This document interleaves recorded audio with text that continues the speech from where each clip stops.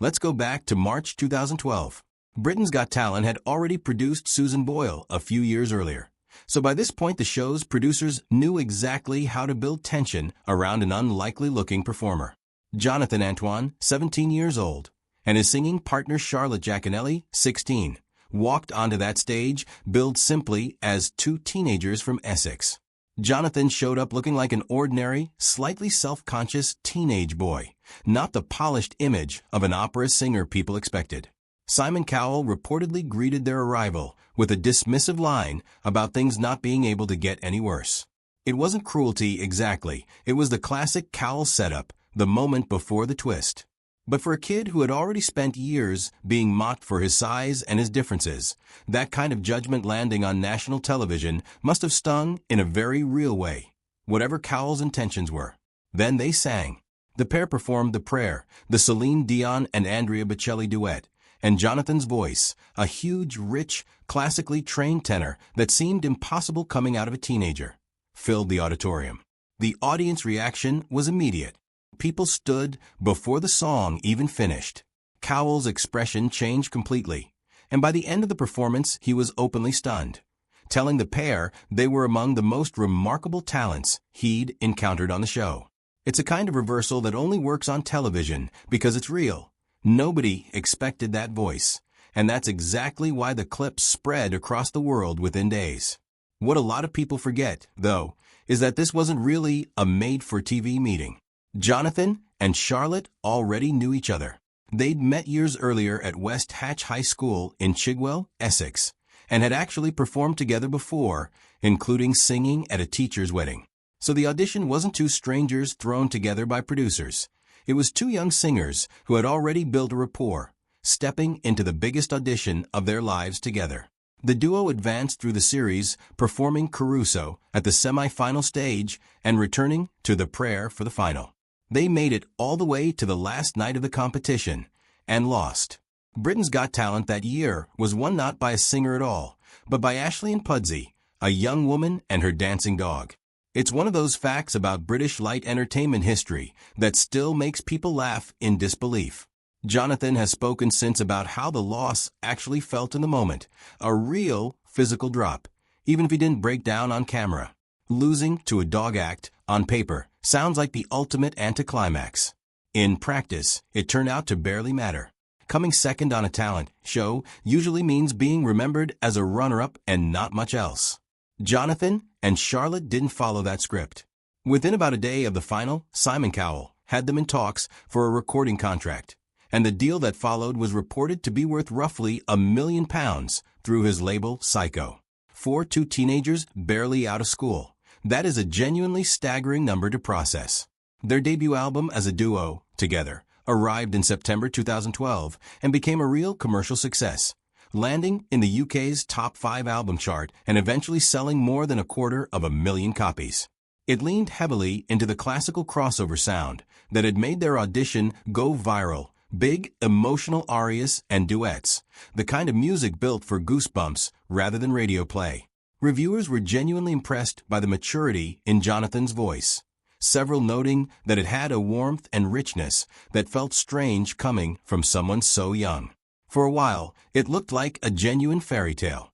There were documentary crews following them, an ITV special covering their European tour dates, and, in one of those small but telling details, Cowell publicly walked back his earlier suggestion, made during the audition rounds, that Jonathan might do better without Charlotte. It was a strange thing to say live on air about a partnership that hadn't even been tested yet, and it planted a seed that would matter later. Their second album, Perhaps Love, followed in October 2013, again reaching the UK top 5. This one showed more range, including covers pulled from musical theater and contemporary pop-adjacent artists, rather than sticking purely to the classical songbook. And if you listen closely, something else had crept into the tracklist. Solo performances from each of them, tucked in alongside the duets. It wasn't advertised as a big deal at the time. In hindsight, it reads like the first visible crack in the partnership. The truth about why Jonathan and Charlotte's partnership ended isn't especially dramatic, even though the tabloids of the time tried to make it sound that way. They were two teenagers who had been pushed into international fame almost overnight, And, as they got a little older, they simply wanted different things out of music.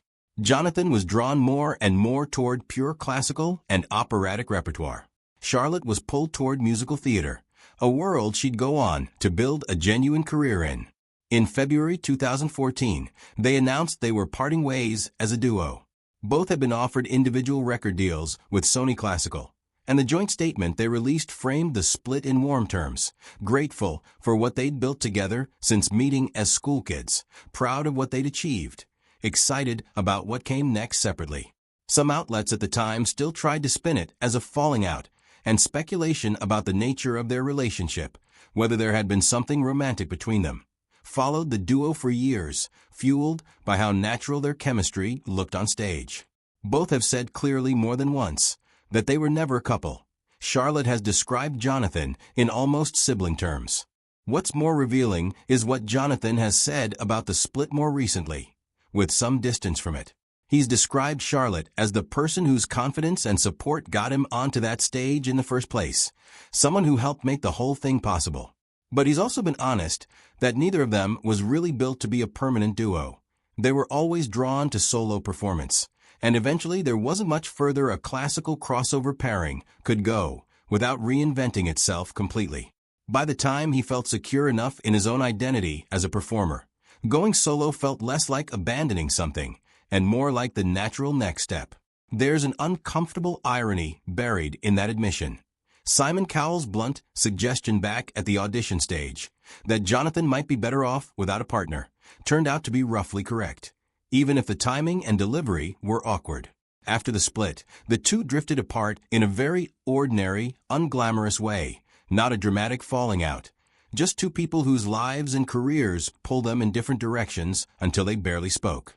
Jonathan has talked about how the demands of the industry made it hard to maintain old friendships, something a lot of people who've had to prioritize their careers over their personal relationships will recognize. To really understand why that BGT moment mattered so much to Jonathan specifically, you have to go back further, to a childhood that was much harder than the glossy magazine profiles ever let on. He was born on January 13, 1995, in Hainault, Essex, to a father who worked as a police inspector and a mother who managed the household. From a strikingly young age, by his own account, from around the time he was 4 years old, he was targeted by bullies.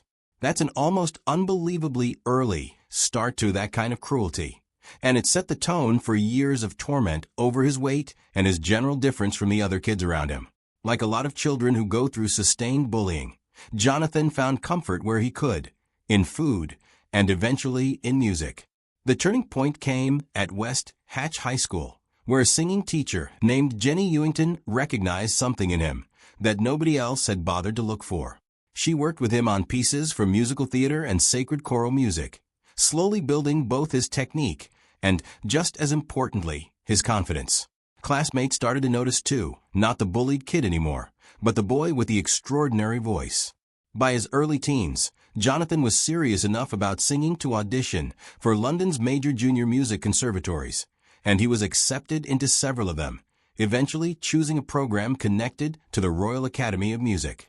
At a regional music festival in 2010, he delivered a performance of Bring Him Home from Les Miserables that earned him one of the highest scores the festival had ever recorded.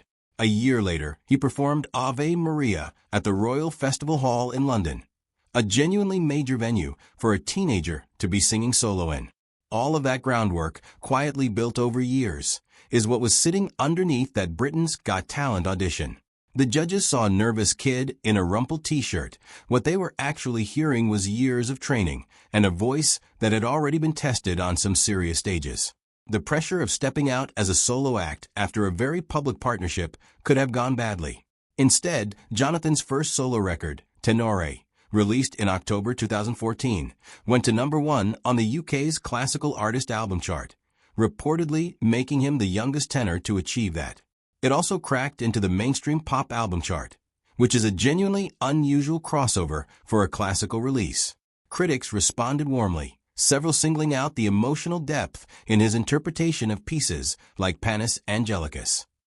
That same year brought one of the more surreal validations of his career. Plácido Domingo, one of the most famous tenors of the last half-century, personally invited Jonathan to appear as his guest at the iTunes Festival. For a young singer who'd been publicly compared to Pavarotti as a teenager, getting an actual co-sign from one of the three tenors is about as strong an endorsement as classical crossover music offers.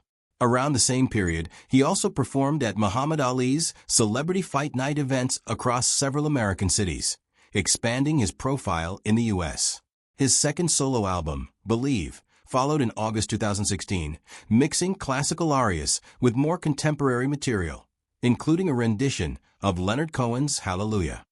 Jonathan later spoke about the personal inspiration behind parts of that record, tied to a relationship with a woman he'd met online, a connection that didn't ultimately last, though he's kept most of the details of that relationship's ending private.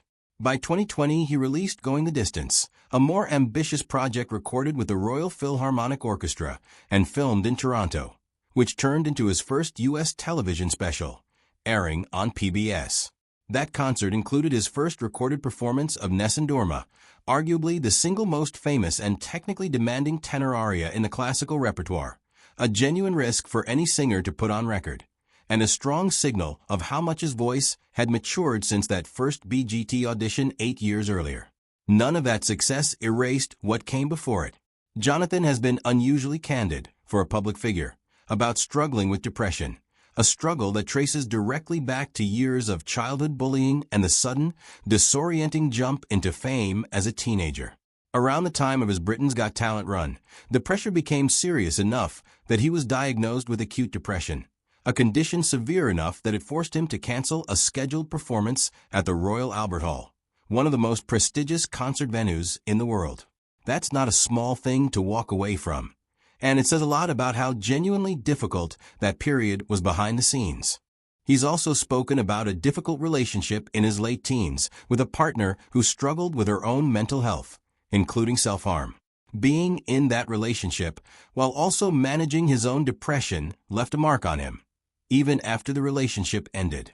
Through those years, Jonathan has credited his family, his father, mother, and older sister, as a steady support system, more so than the industry around him. Rather than keeping all of that private, Jonathan gradually became an advocate for mental health awareness, speaking openly in interviews about what he'd been through. He also co-wrote children's books, including one called Jonathan and the Porcupine, aimed at addressing bullying in a way younger readers could actually connect with, turning the thing that hurt him most into something he could use to help other kids avoid the same experience. In April 2022, not long after turning 27, Jonathan received an autism diagnosis. He didn't share this publicly right away. It took until Autism Awareness Day in 2024 for him to post about it on Instagram, describing the experience of getting the diagnosis as something like reconsidering an entire life already lived, which he called both a strange and a somewhat frightening thing to sit with. For anyone who has gone through a late-in-life diagnosis like this, that kind of reaction tends to be familiar. It's not just new information. It's a lens that reorganizes years of experiences that previously felt confusing or isolating. Jonathan has talked publicly, in a fairly thoughtful and unhurried way, about how understanding himself as autistic helped make sense of things that had puzzled him for years, the intensity of his focus on music, the different way he processed social situations, why certain relationships and social settings had always felt harder for him than they seemed to be for other people. He's been careful not to present it as an explanation that ties